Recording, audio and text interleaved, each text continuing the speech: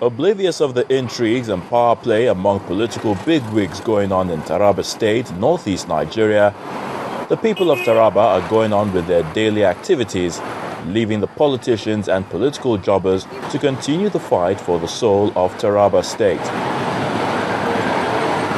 The streets are busy as traders and workers alike continue with their engagements, while several posters done in most interjects of the city centre with a picture of Governor Dambaba Suntai displayed as the politicking and intrigues were being played out at the Government House and the State Assembly.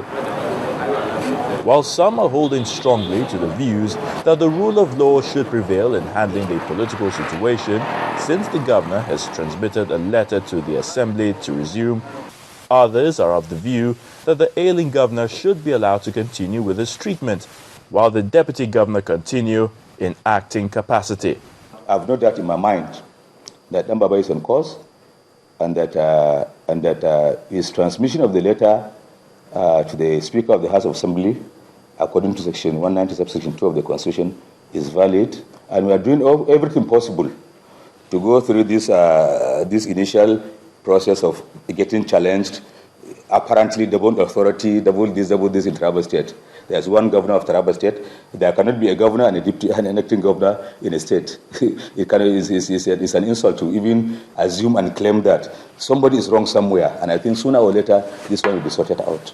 It was the House of Assembly that asked the deputy governor to act as acting governor. When his principal came back, two things are supposed to happen.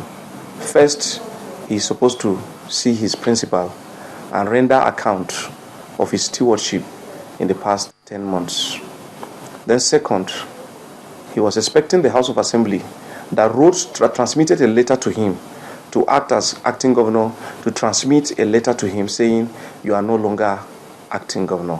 Please revert to your position as deputy governor. When people refuse to shift grounds according to law, and subsequent press statements that were released were not just ridiculous but embarrassing the entire people of this state, that becomes a problem.